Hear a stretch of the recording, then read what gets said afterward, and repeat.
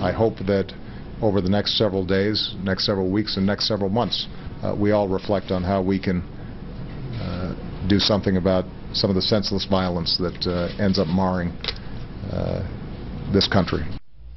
The president in Colorado yesterday, after visiting with families, victims, and loved ones of the shooting there, talking about what comes next. Let's talk about that with our panel, because the debate about gun control almost always surfaces as part of the conversation as we look in the wake of these tragedies. David, it doesn't seem like, though, from the White House or anywhere on Capitol Hill, there's really an appetite for reigniting that debate.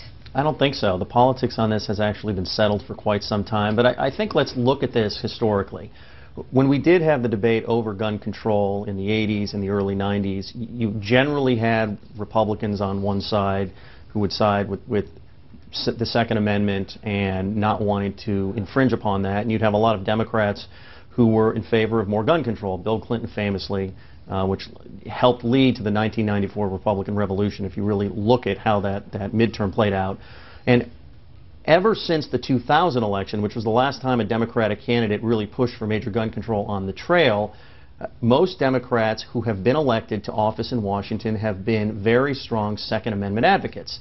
They have come from culturally conservative areas. That's how the Democrats built their 2006 House majority and Senate majority, and have been just as pro-Second Amendment, if you will, as the Republicans. So while the NRA gets a lot of credit and the gun lobby, so-called, is very strong and definitely is not going to let anything happen without a fight, I think the truth is you have Democrats as well as Republicans who have run saying they don't want to do anything more in terms of passing more gun control legislation.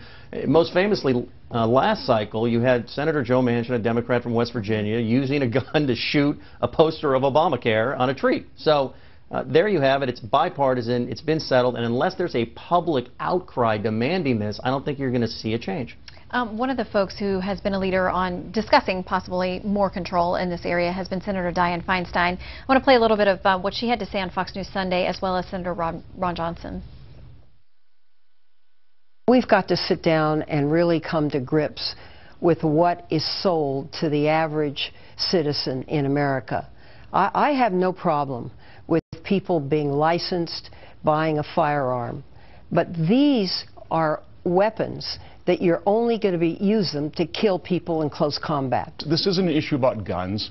This is just really an issue about sick, demented individuals, and it's a tragedy. And I don't think there's a solution here in Washington to solve this problem. But Amy, when she brings up, Senator Feinstein brings up that issue about the type of ammunition that was used here, I mean, do you think that's a conversation that some people are interested in having?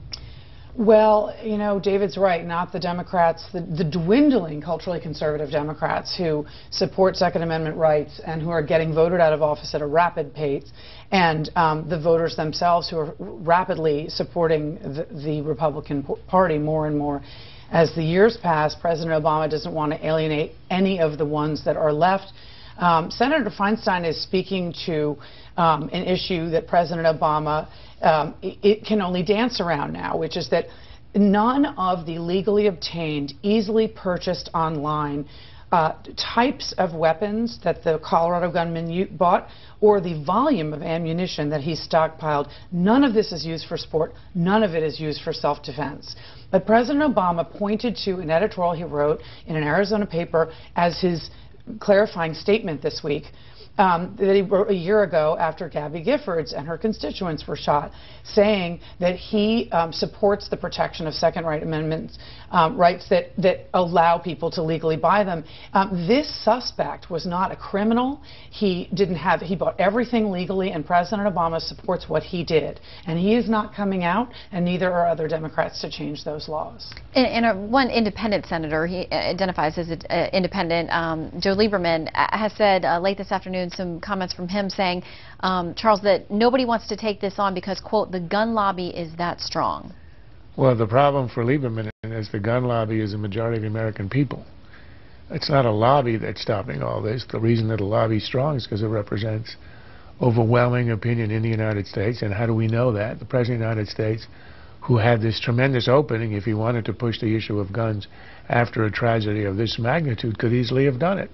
And he has assiduously stayed away from it because he knows it's a losing political proposition. Liberals in the country want gun control. Democrats don't.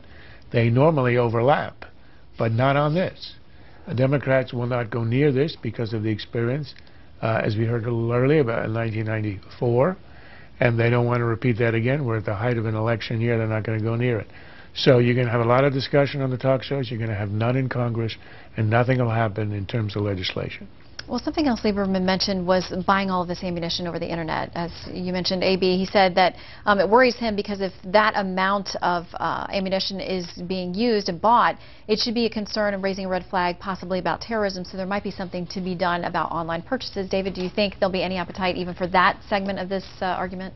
I don't know that there's going to be an appetite for it, but I do think at some time, if some lawmakers want to talk about how you legally buy ammunition and guns, it's possible to have that discussion without it being as damaging if you make it clear that the issue is not so much whether you can buy it, but just the venue and the quantities. There has been voter approval for background checks and things of that nature, and so I don't know that that's the problem, but anything in reaction to this tragedy, I think people are walking gingerly around it anyway because of the politics of it. All right. Thank you very much, panel. Stay tuned. Just about every day there is a new political ad unveiled in the presidential race, and you're not going to want to miss the latest celebrity endorsement ad. That's next.